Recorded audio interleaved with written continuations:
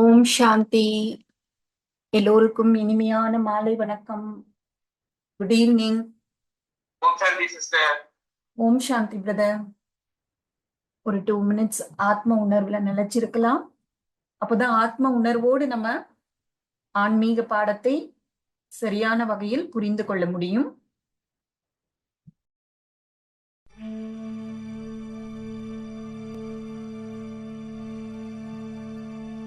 ஓம் சாந்தி. முதலில் இந்த உடலை ஸ்திரப்படுத்துவோம். நன்றாக சௌகரியமாக அமர்ந்து கொள்வோம்.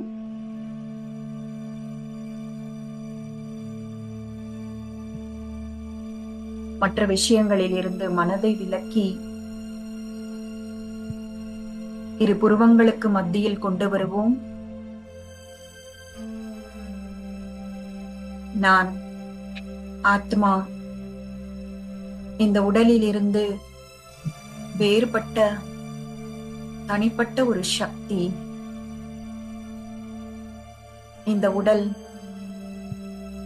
ஒரு கெஸ்ட் ஹவுஸ் போல இருக்கின்றது. நான் ஆத்மா பிரயாணி. இந்த கெஸ்ட் ஹவுஸில் சில காலம் தங்கி இருப்பதற்காக வந்திருக்கின்றேன்.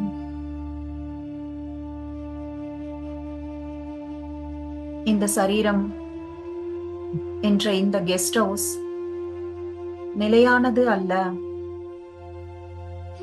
நான் ஆத்மா என்னுடைய பயணத்தில் நான் முடிக்க வேண்டிய காரியங்களுக்காக, என்னுடைய பயணத்தின் நோக்கத்துக்காக சில காலங்கள்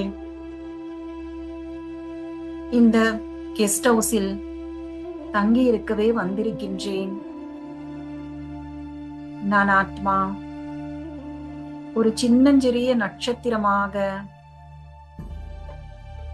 அதிசூக்ஷ்மமான சக்தியாக விளங்குகின்றேன். ஓம் சாந்தி.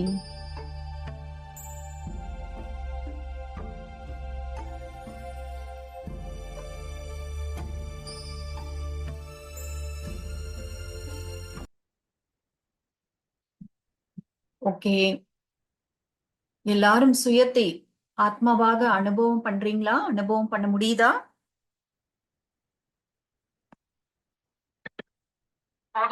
பண்ண முடியும் சிஸ்டர். Very good. ஏன்னா இந்த ஆத்ம உணர்வு பயிற்சிங்கிறது நம்ம தொடர்ந்து செஞ்சுட்டே இருக்கணும். அப்புறம் நான் சில பிடிஎஃப் தான் அனுப்புறேன். அதுல உங்களுக்கு நிறைய யுக்திகள் கிடைக்கும். அதை பார்த்து கூட நீங்க ஆத்ம உணர்வு பயிற்சிய சொந்தமா பண்ணலாம். நான் இந்த சரீரம் அல்ல அப்படிங்கிறத புரிஞ்சுக்கிறதுக்காக நிறைய உதாரணங்களோடு அதுல கொடுத்திருப்பாங்க. நீங்க அதை கூட பயன்படுத்தி யோகம் பண்ணலாம். சரி, இப்போ நாம கர்ம விதிகளை பற்றி ஒரு ஆழமான புரிதல் அந்த அந்த பகுதிக்கு வந்துட்டோம். பொதுவா இந்த வார்த்தை கர்மா அப்படின்னு சொன்னா அது ஒரு தவறான விஷயங்கள் செய்யக்கூடியதாக, தவறான கர்மங்களாக மட்டுமே பார்க்கப்படுது. கர்மானாலே பேட் கர்மா அப்படிங்கிற மாதிரிதான் பொதுவாக பார்க்கப்படுது. நான் என்ன பாவம் செஞ்சேன்னு தெரியல, என்ன கர்மா பண்ணேன்னு தெரியல. அதாவது இப்படி சொல்லும் பொழுது கர்மானாலே பேட் கர்மா, பேட் ஃபார்ச்சூன்ங்கிற மாதிரி தான் இருக்கு.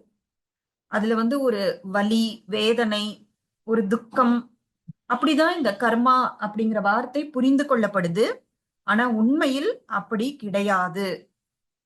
அப்படின்னா இந்த கர்மா அப்படிங்கிற வார்த்தையோட சரியான பொருள் என்ன அப்படிங்கறத இன்னைக்கு கிளாஸ்ல நம்ம தெரிஞ்சுக்கலாம். இன்னைக்கு கிளாஸ்ல நம்ம கவனம் செலுத்த வேண்டியது எதெல்லாம் கர்மா, எதெல்லாம் விளைவு, எப்படியெல்லாம் இந்த கர்மம் விளைவு ஒன்றுக்கொன்று தொடர்பு கொண்டிருக்கிறது, அதை நம்ம புரிஞ்சுக்கலாம். இது கர்ம விதிகளை புரிந்து கொள்வதற்கு ஒரு ஃபவுண்டேஷன் மாதிரி, அடித்தளம் மாதிரி இருக்கும். அதாவது இந்த கர்மா அப்படிங்கிற வார்த்தையோட அர்த்தம் தெரிஞ்சுக்கணும்னா, எந்த ஒரு விஷயம் ஒரு விளைவை கொடுக்கின்றதோ அது எல்லாமே கர்மா தான். ஒரு ரிசல்ட், ஒரு கான்சிக்வன்ஸ், ஒரு விளைவு கொடுக்குதோ அது எல்லாமே கர்மா தான். சோ இந்த டெஃபினிஷன் நம்ம புரிஞ்சுக்கும் பொழுது எதெல்லாம் கர்மா அப்படிங்கிறத நம்மால ஈஸியா தெரிஞ்சுக்க முடியும். அப்பதான் வந்து எந்தெந்த விஷயங்கள் நம்முடைய கர்மாவை பாதிக்குது, அதன் மூலமாக நம்முடைய ரிசல்ட் பாதிக்குது அப்படிங்கிறத நம்மால புரிந்து கொண்டு அதை சரி செய்து கொள்ளவும் முடியும். இப்ப இந்த கர்ம விதி, லா ஆஃப் கர்மாவை வந்து ஆக்ஷன் அண்ட் ரியாக்ஷன் கூட சொல்றாங்க. காஸ் அண்ட் எஃபெக்ட்னு சொல்றாங்க. காரணம் காரியம் அப்படின்னு சொல்றாங்க. நம்ம பொதுவான வழக்குல எல்லாமே விதிப்படிதான் நடக்கும் அப்படின்னு சொல்றத கேட்டிருக்கோம். நாம கூட அந்த மாதிரி சொல்லியிருப்போம். சோ விதி அப்படின்னா என்ன அர்த்தம்னா சட்டம், விதிமுறைகள், லாஸ்ன்னு அர்த்தம். நிறைய இயற்கை விதிகள், ஆன்மீக விதிகள்லாம் இருக்கு இல்லையா? சோ எல்லாமே விதிப்படிதான் நடக்கும் என்பது ஒரு சத்தியமான உண்மை.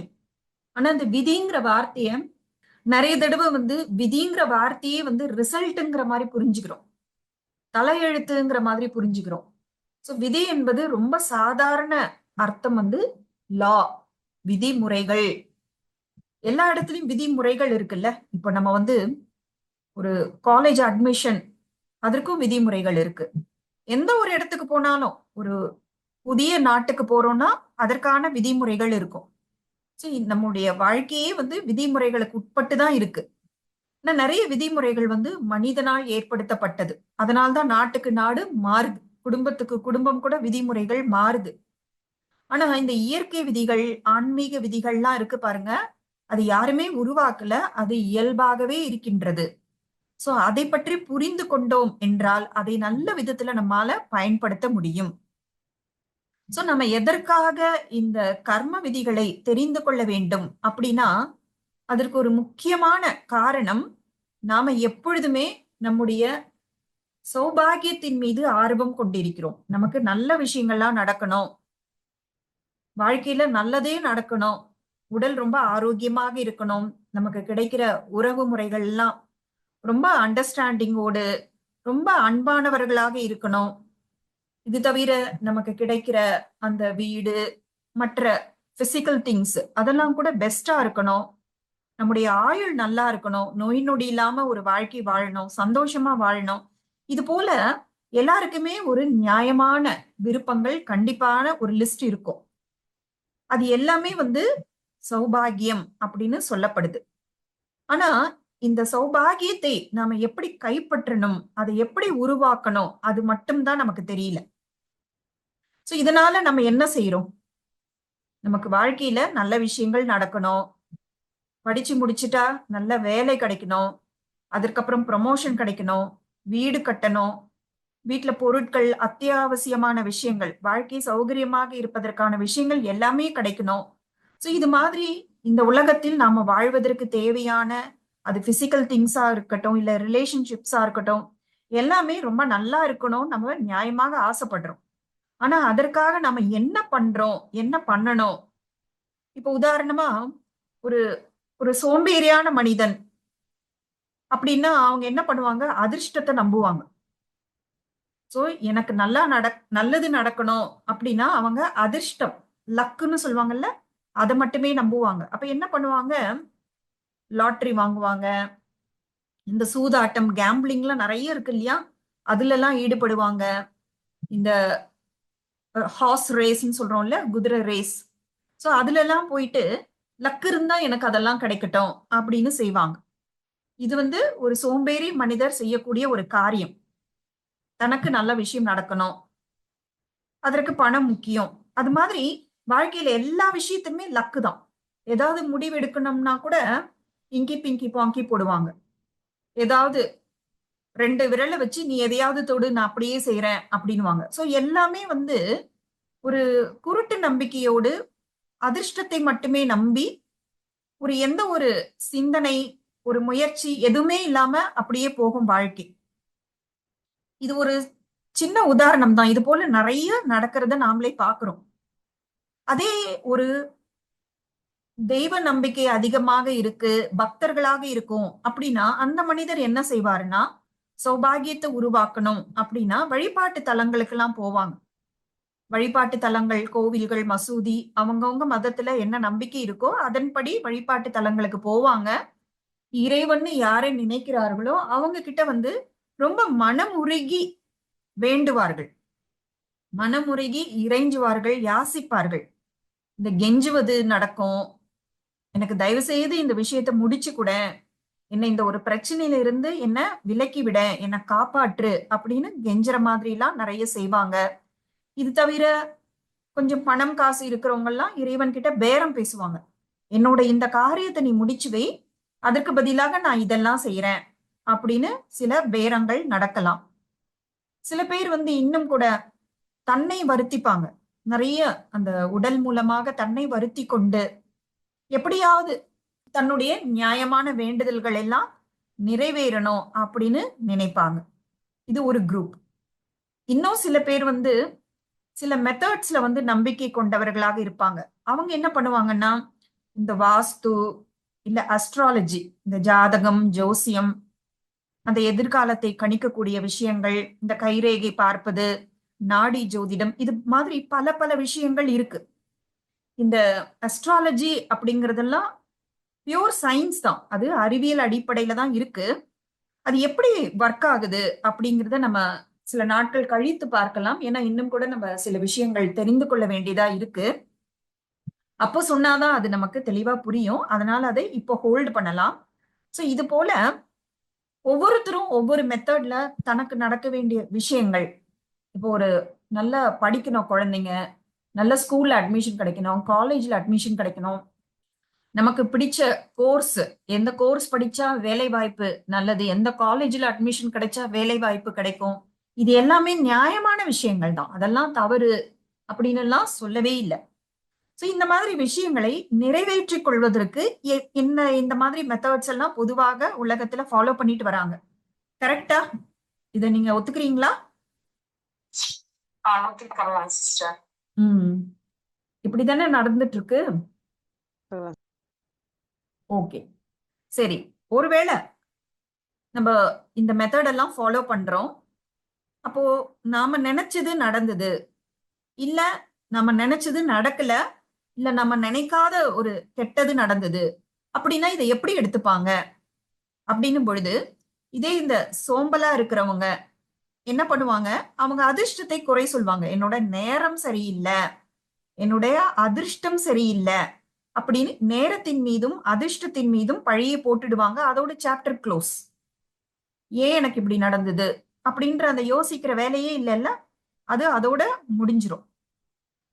இதே மாதிரி பக்தர்கள் என்ன செய்யறாங்க, தாங்கள் ஒரு கோவிலுக்கு போறாங்க, ஒரு குறிப்பிட்ட இஷ்ட தெய்வத்துக்கிட்ட ஒரு கோரிக்கையை வைக்கிறாங்க, அது நிறைவேறுச்சுன்னா அவர்களுக்கு அந்த இறை நம்பிக்கை அதிகமாகிறது. இந்த கோவிலுக்கு போனா நினைச்சது நடக்கும், இந்த அம்மன் கிட்ட வேண்டினா நினைச்சது நடக்கும் அப்படின்னு செய்வாங்க. அது யாரு சொன்னாலும் அவங்க மாத்திக்க மாட்டாங்க. ஏன்னா அவங்களுக்கு ஒரு அனுபவம் கிடைச்சிடுச்சு, நான் வேண்டியது நடந்து விட்டது. அதே வந்து நினைத்த காரியம் நடக்கல, அது ரொம்ப ஒரு முக்கியமான விஷயம், அது இல்லாம வாழ்க்கை நடத்துறது சிரமம் அப்படின்னா அந்த கோவிலை மாற்றிக்கொள்வதற்கோ அந்த இஷ்ட தேவியை மாற்றிக்கொள்வதற்கோ தயங்குவதே கிடையாது. அப்ப வீட்டு பக்கத்துல இருக்க கோவில கூட விட்டுட்டு ரொம்ப தூரத்துல இருக்கிற அந்த கோவிலுக்கு போனா அந்த தேவி, அந்த தேவர் தேவி யார்கிட்டயாவது வேண்டினா அந்த விஷயம் நடக்கும். அதற்காக கொஞ்சம் நேரம், பணம், எனர்ஜி செலவு பண்றதுக்கும் தயங்குறதே கிடையாது. அந்த மூன்றாவது வகை இருக்காங்க பாருங்க, நிறைய மெத்தட்ஸ் ஃபாலோ பண்றவங்க, அவங்களுக்கு நிறைய ஆப்ஷன்ஸ் இருக்கு, நிறைய சாய்ஸஸ் இருக்கு. அப்ப அவங்க என்ன பண்ணுவாங்க, ஒரு மெத்தட் ஒர்க் பண்ணலையா இன்னொன்று, அது ஒர்க் பண்ணலையா இன்னொன்று, நிறைய சாய்ஸ் இருக்குல்ல. சோ அப்ப ஏதாவது சரியா நடக்கவே மாட்டேங்குதுன்னா அவங்க வந்து இந்த பிளானட், இந்த கிரகம் சரியில்லை, வேற மெத்தட ட்ரை பண்ணலாம், இப்படி போவாங்க. இதனால நிறைய பேருக்கு கைகள்ல பாத்தீங்கன்னா கலர் கலரா கயிறு இருக்கும். ஏன்னா அந்த கோவில்ல வேண்டிக்கிட்டது இது கட்டினா சரியா இருக்கும். சில பேர் நிறைய ரிங் எல்லாம் போட்டிருப்பாங்க. இந்த ராசி, இந்த முத்து போடணும், பவளம் போடணும், அந்த மாதிரி அந்த அந்த ரத்தினங்கள் அதை கூட பயன்படுத்துற மாதிரி ஒரு விஷயம் செய்வாங்க. சோ இது போல எல்லாருமே பல விதமான வழிமுறைகளை ஃபாலோ பண்றாங்க. சிலருக்கு சிலது ஒர்க் அவுட் ஆகுது, சிலருக்கு சிலது ஒர்க் அவுட் ஆகல. இப்போ ஒரு கோவிலுக்கு போய் அந்த கோவில் ரொம்ப பவர்ஃபுல்லா இருக்கு, அந்த தேவி ரொம்ப பவர்ஃபுல்னா அவங்களுக்கு அது எப்பொழுதுமே கொடுக்கணும்ல ரிசல்ட். அப்ப அவங்களுக்கு கொடுக்கிற மாதிரி போற எல்லாருக்குமே ரிசல்ட் கொடுக்கணும் இல்லையா? ஆனா ஏன் அப்படி நடக்கிறது இல்ல அப்படின்னு யாருமே சிந்தித்து பார்த்தது கிடையாது. ஏன்னா யாருக்குமே இந்த ஃபார்முலா தெரியல.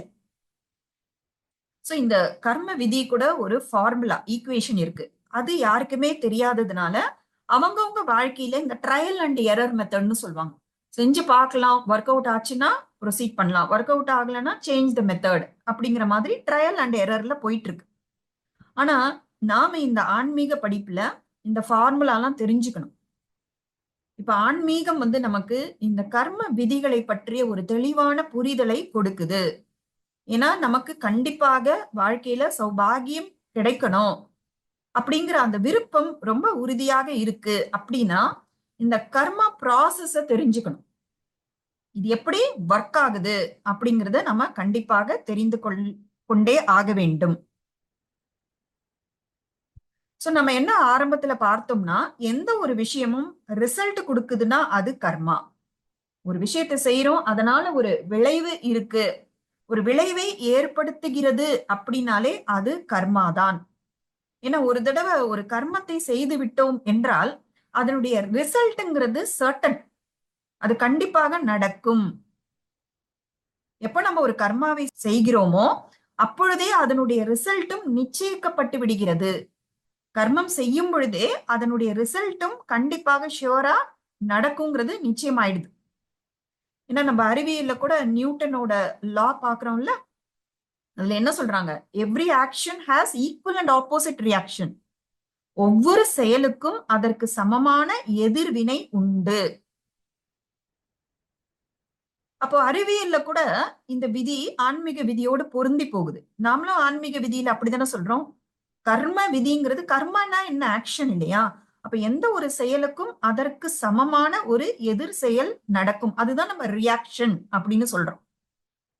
சோ இப்போ வந்து இந்த ரிசல்ட் இல்ல ரியாக்ஷன் இதெல்லாம் சொல்றோம் இல்லையா, இது எங்க நடக்குது அப்படின்னு பார்க்கும் பொழுது, அதாவது கர்மம் விளைவு அப்படின்னு பார்க்கும் பொழுது நமக்கு வந்து உள்ளே வெளியே, அப்ப உள்ளே என்னெல்லாம் இருக்கு, வெளியே என்னெல்லாம் இருக்கு அப்படின்னு நம்ம பார்க்கணும். அதாவது உள்ளேனா ஆத்மாவுக்குள்ளே, வெளியேனா ஆத்மாவுக்கு வெளியே. அப்ப ஆத்மாவுக்கு உள்ள என்ன இருக்கு? யாராவது சொல்லுங்க, ஆத்மாவுக்கு உள்ள என்ன இருக்கு? மனம், புத்தி, சன்ஸ்கார். அப்புறம் வேற? எனர்ஜி. ஆத்மாங்கிறதே ஒரு எனர்ஜி தான். ஆத்ம பலம் இருக்குது.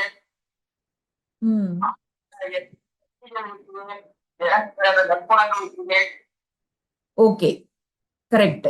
அதாவது ஆத்மாவுக்கு உள்ள இருக்கக்கூடிய கர்மம் செய்யக்கூடிய விஷயங்கள் என்னன்னு பார்க்கும் பொழுது எண்ணங்கள்னு சொல்லலாம்.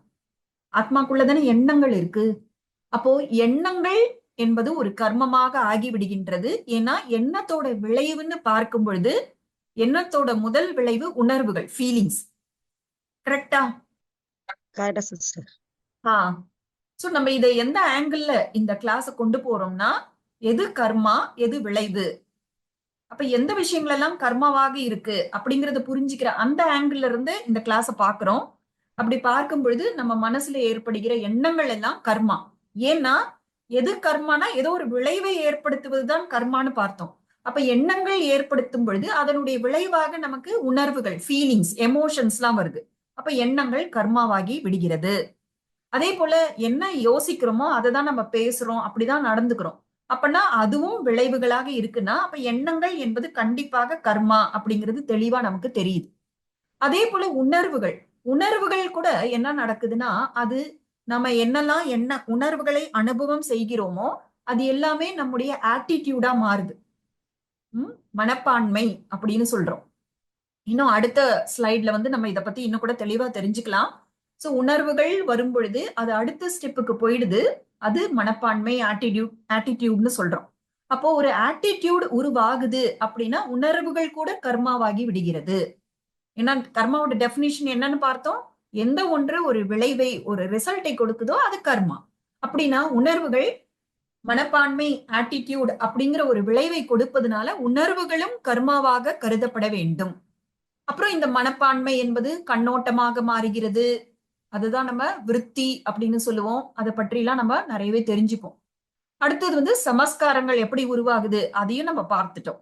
அப்போ இதெல்லாம் நமக்கு விளைவுகளாக இருக்கின்றது. இப்ப வெளியேன்னு பார்க்கும் பொழுது நம்ம பேசுறோம், நம்ம சில செயல்கள் செய்யறோம், நம்முடைய பிஹேவியர், நடத்தை, இது எல்லாமே கூட விளைவுகளாக இருக்கு. இப்ப நம்ம உடல் மீது கூட ஒரு விளைவு ஏற்படுது இல்லையா? நம்முடைய மனசுல ஏற்படுத்துகிற சில எண்ணங்கள், அதன் மூலமாக ஏற்படுகிற அந்த ஃபீலிங்ஸ், அதன் மூலமாக ஏற்படுகிற வைப்ரேஷன்ஸ், அப்போ உடல் மீது கூட ஒரு பாதிப்பை ஏற்படுத்துது அப்படிங்கிறத நம்ம பாக்குறோம். அப்போ இது கூட ஒரு விளைவாக இருக்கு. அப்போ நாம ஏற்படுத்துகிற இந்த வைப்ரேஷன்ஸ் மற்ற ஆத்மாக்கள் மீதும் ஒரு பாதிப்பை ஏற்படுத்துது. இதெல்லாம் நம்ம முந்தின கிளாஸ்ல பார்த்திருக்கோம். அப்போ இதெல்லாம் வெளியே தெரிகிற விளைவுகளாக இருக்கின்றன. அப்போ மற்ற ஆத்மாக்கள் மீது ஒரு விளைவை ஏற்படுத்துது, இயற்கையின் 5 தத்துவங்கள் மீது ஒரு விளைவை ஏற்படுத்துது, நம்மளை சுற்றி இருக்கிற வாயுமண்டலம் எந்த மாதிரி ஒரு அட்மாஸ்பியர் ஏற்படுது, இது எல்லாம் கூட ஒரு விளைவுகளாக இருக்கின்றது. அப்ப நீங்க இந்த ஸ்லைட பார்த்தீங்கன்னா நிறைய விஷயங்கள் கர்மங்களாகவும் இருக்கின்றன, விளைவுகளாகவும் இருக்கின்றன அப்படிங்கிறத நம்மளால புரிஞ்சுக்க முடியுது. சோ எதையுமே நம்ம வந்து அலட்சியப்படுத்தக்கூடாது, நிராகரிக்க கூடாது அப்படிங்கிறது நமக்கு புரியுது. அதாவது கர்மாங்கிறது ஒரு விதை மாதிரி இருக்கு. ரிசல்ட் வந்து அதனுடைய பழம். ஒரு விதை முளைத்து செடியாகி கடைசியில எந்த ரிசல்ட் என்ன? அந்த பழம் தானே. சோ கர்மா என்பது ஒரு விதையாகவும், அந்த விளைவு ரிசல்ட் என்பது பழமாகவும் கருதப்படுகிறது. ஆனா சில ரிசல்ட் வந்து உடனே கிடைக்கும், இன்ஸ்டன்டா நடக்கும். சிலது வந்து சில காலங்கள் கழித்து நடக்கும். இப்ப உதாரணமா, இப்போ ஒரு செடியை நடுறோம்னு வச்சுக்கோங்க. சில செடிகள் வந்து உடனடியாக பலன் தரும். அது ஒரு பூச்செடியாகவோ இல்ல குறைந்த கால குறுகிய கால பயிர்னு சொல்றோம் இல்லையா, அது அது பயிரிட்ட உடனே அதற்கு ரிசல்ட் கிடைச்சிரும். அதே போல சிலதெல்லாம் வந்து சில காலங்கள், வருடங்கள் கூட ஆகலாம். ஒரு மாமரம்னா சில வருடங்கள் தேவைப்படும் இல்லையா? அது போல இந்த கர்மங்கள் கூட சிலது வந்து உடனே இன்ஸ்டன்ட், உடனடியாக அதற்கான ஒரு பலன் கிடைக்கும். சிலது சில காலங்கள் கழித்து கிடைக்கும். சிலது வந்து சில பிறவிகள் கழித்து கூட, அடுத்த பிறவியோ அதற்கு அடுத்து வரக்கூடிய பிறவிகள் கழித்து கூட அதனுடைய பலன் கிடைக்கும். சோ இது கர்மாவோட ஒரு நேச்சர். இதையும் நம்ம தெரிஞ்சுக்கிறோம். அதே போல இந்த விளைவுகளோட அந்த டியூரேஷன், அந்த கால அளவு கூட சிலது வந்து ஷார்ட் டேர்மா இருக்கும், குறுகிய காலம் மட்டும்தான் அதனுடைய விளைவு இருக்கும். சிலது வந்து லாங் டேர்ம், ரொம்ப நீண்ட காலத்துக்கு அது போகும். சோ இது எல்லாமே எதை பொறுத்து இருக்கு, விளைவுங்கிறது எதை பொறுத்து இருக்குன்னா எப்படிப்பட்ட கர்மாவோ அப்படிப்பட்ட ஒரு விளைவு. சோ இது வந்து நம்ம மனசு வந்து ஏத்துக்குது. எல்லாமே வந்து ஒரு லாஜிக்கலா, அறிவியல் பூர்வமா நம்ம இங்க டிஸ்கஸ் பண்றோம். இப்ப வந்து இந்த கர்ம விதி அப்படின்னு நினைக்கும் பொழுது அது ஒரு பாண்டேஜ், பந்தனம் அப்படின்னு நம்ம நினைக்கவே கூடாது. இந்த கர்ம விதி, எதற்கு தான் இந்த கர்ம விதி ஏற்படுத்தினாங்க, இதனால தானே நான் இன்னைக்கு கஷ்டப்படுறேன், ஏதோ ஒரு பிறவியில நான் ஏதோ செய்தேன், அதற்கு நான் இப்ப கஷ்டப்படுறேனே, இப்படிலாம் நம்ம சலித்து கொள்ள வேண்டிய அவசியமே இல்லை. சில சூழ்நிலைகள் வரும்பொழுது நம்ம என்ன சொல்றோம், நான் கர்ம பந்தத்துல இருக்கேன் அப்படின்லாம் சொல்றோம். அப்ப அது சொல்லும் பொழுதே நமக்கு வந்து குரல் தழுத்தழுக்கும், மனசு வந்து விம்மும். அப்ப ஏதோ இந்த கர்ம விதியே ஒரு கெட்ட விஷயம் அப்படிங்கிற மாதிரி ஒரு பார்வை இருக்கு. ஆனா உண்மையிலேயே கர்மம்ங்கிறது ஒரு பாண்டேஜ் கிடையாது. பாண்டேஜ்னா என்ன, நம்மள கட்டி போட்டுட்டு முன்னாடி நட அப்படின்னா முடியுமா? ஆனா கர்ம விதி கண்டிப்பாக நம்மை கட்டுப்படுத்துவதோ இல்ல ஒரு பாண்டேஜோ, நம்முடைய முன்னேற்றத்திற்கு தடையானது கிடையாது. உண்மையிலேயே அது ஒரு வாய்ப்பு, ஆப்பர்ச்சுனிட்டி. எதற்கு? நம்முடைய பொட்டென்ஷியல் என்ன, நம்முடைய கெப்பாசிட்டி என்ன, நம்முடைய தகுதி என்ன, நம்முடைய சக்தி என்ன என்பதை அறிந்து கொள்வதற்கும் அதை அதிகப்படுத்துவதற்குமான ஒரு வாய்ப்பு என்பதை நம்ம புரிஞ்சுக்கணும். இது எப்படின்னா, உதாரணமா நிறைய வீட்ல நம்ம ஸ்கிப்பிங் ரோப் வச்சு அந்த ஸ்கிப்பிங் பண்ணுவாங்க. ஒரு விளையாட்டாகவும் செய்வாங்க, இல்லைன்னா உடற்பயிற்சி மாதிரியும் செய்வாங்க. அப்ப அந்த ஸ்கிப்பிங் ரோப்புங்கிறது நம்மை கட்டி போடல, அதை வைத்து நம்ம உடற்பயிற்சி செய்யறோம்ல, நாம அந்த கயிறோடு சேர்ந்து குதிக்கிறோம். அது போலதான் இந்த கர்ம விதியும். அதை புரிந்து கொண்டு அதன் கூடவே நம்முடைய வாழ்க்கையை நம்ம நடத்தினோம்னா, எப்படி அந்த ஸ்கிப்பிங் ரோப்னால ஒரு மன மகிழ்ச்சி, ஒரு உடல் பயிற்சி கிடைக்குதோ, அது போல நம்முடைய வாழ்க்கை கூட ஒரு நெறிப்படும். ஆனா கயிறு பாருங்க, அந்த இடத்துல ஸ்கிப்பிங் யூஸ் பண்றோம், அதனால ஒரு பாசிட்டிவ் ரிசல்ட். ஆனா அதே கயிறை தவறாக பயன்படுத்தி தனக்கு தானே கழுத்துல சுருக்கு போட்டு சாகவும் முடியும், மத்தவங்களையும் சாகடிக்க முடியும்.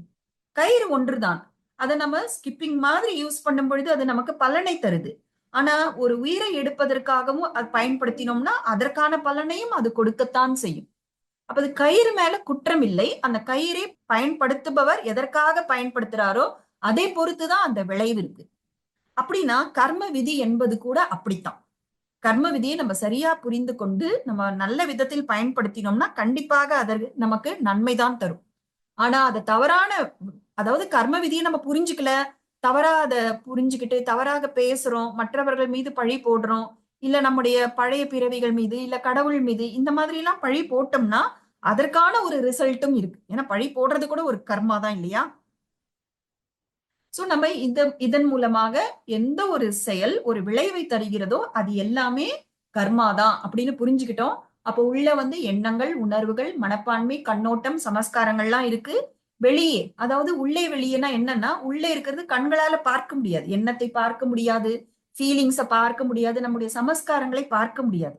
ஆனா வெளியே நம்முடைய பேச்சு வந்து நம்மளால கேட்க முடியும்ல, அது வெளியே தெரியுது. அதே போல நம்மளோட ஆக்ஷன்ஸ், செயல்களும் வெளியே தெரியுது. நம்முடைய பிஹேவியரை பார்க்க முடியும், நம்ம உடலை பார்க்க முடியும். சோ இது எல்லாமே வெளியே, ஆத்மாவுக்கு வெளியே இருக்கக்கூடிய விஷயங்கள். சோ இதுதான் நம்ம உள்ளே வெளியே அப்படின்னு பார்த்தோம். சோ இது வரைக்கும் கேட்டதுல யாருக்காவது ஏதாவது சந்தேகங்கள் இருக்கா? சந்தேகங்கள் இருந்தா சொல்லுங்க, இல்லைன்னா நம்ம அடுத்த ஸ்லைடுக்கு போகலாம். இல்ல சிஸ்டர். ஓகே, நல்லது. இப்ப வந்து இந்த ஸ்லைடு வந்து பார்க்கும் பொழுது நம்முடைய நிறைய கேள்விகளுக்கு நமக்கு பதில் கிடைக்கும். உதாரணமா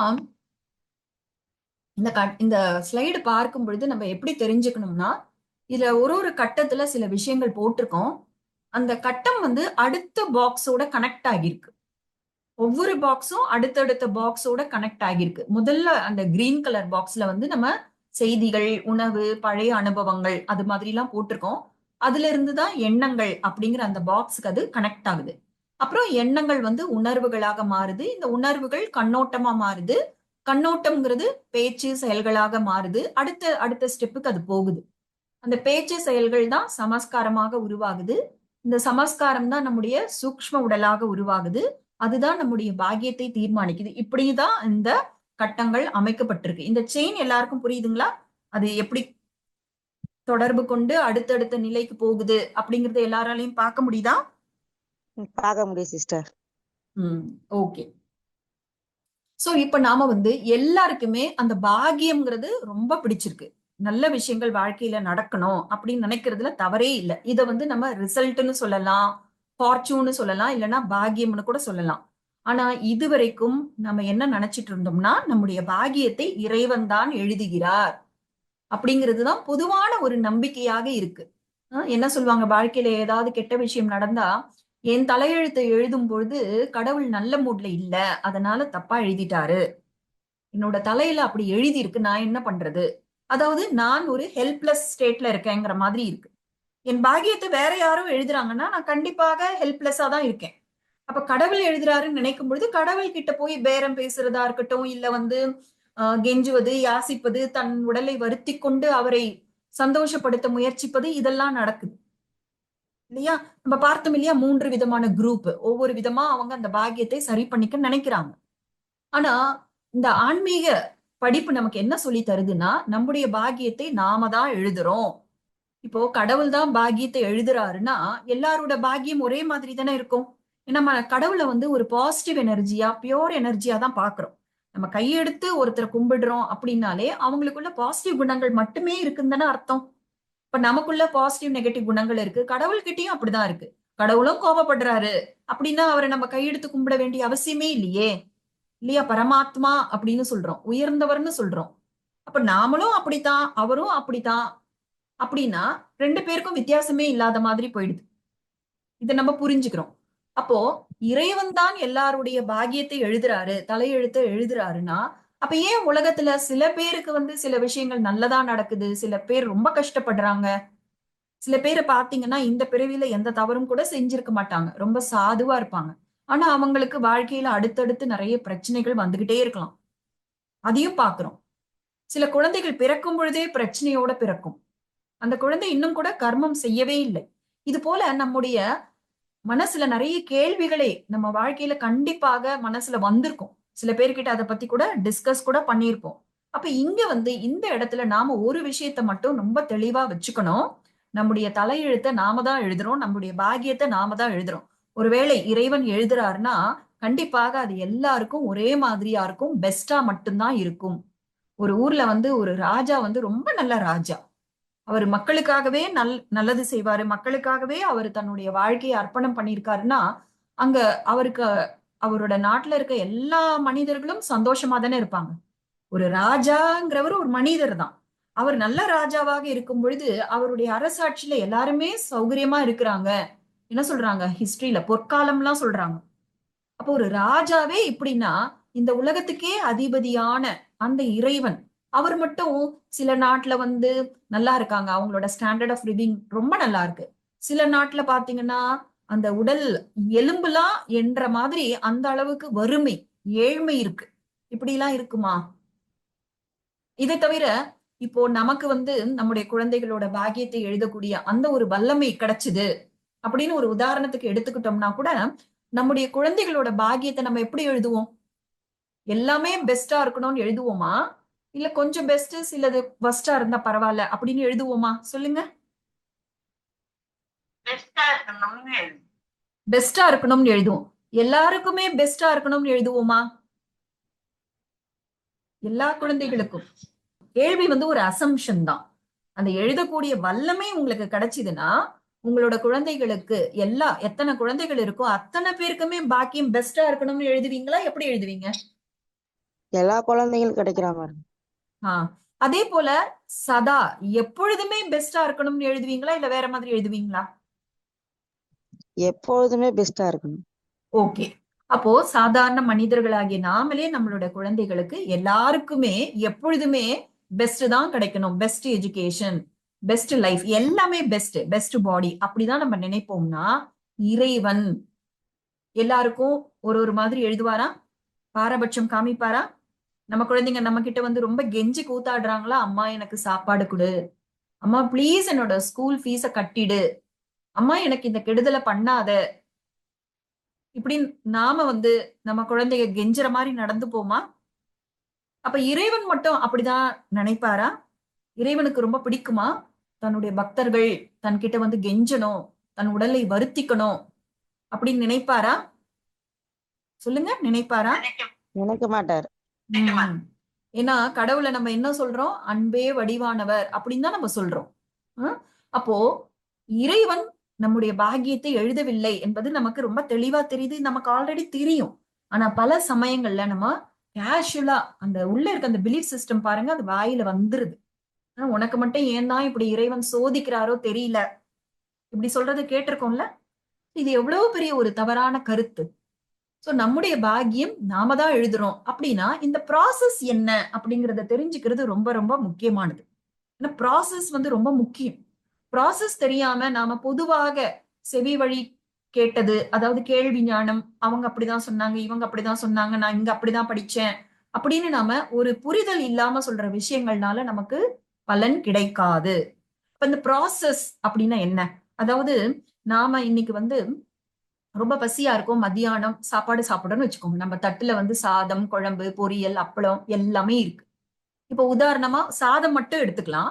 இந்த சாதம் என்பது நம்ம தட்டுல வந்து வைக்கப்படும் போது சில நிலைகளை கடந்துதான் அது வந்திருக்கு. அஹ் எங்கோ ஒரு ஊர்ல ஒரு உழவர் அவங்க வந்து நெல்லை விதைக்கிறாங்க. அது நிறைய ஸ்டெப் தாண்டி பயிராகி அறுவடைக்கு தயாராகுது. அதற்கப்புறம் அந்த நெல்லை எடுத்து அதை நீக்கி அந்த உமியை நீக்கி அப்படி ஒரு ப்ராசஸ் நடக்குது. அதற்கப்புறம் அது அரிசியாக மாறுகிறது. அதற்கப்புறம் அது சந்தைக்கு வருது. ஹோல்சேல்ல விற்கிறாங்க, அதற்கப்புறம் ரீட்டைல்ல விற்கிறாங்க.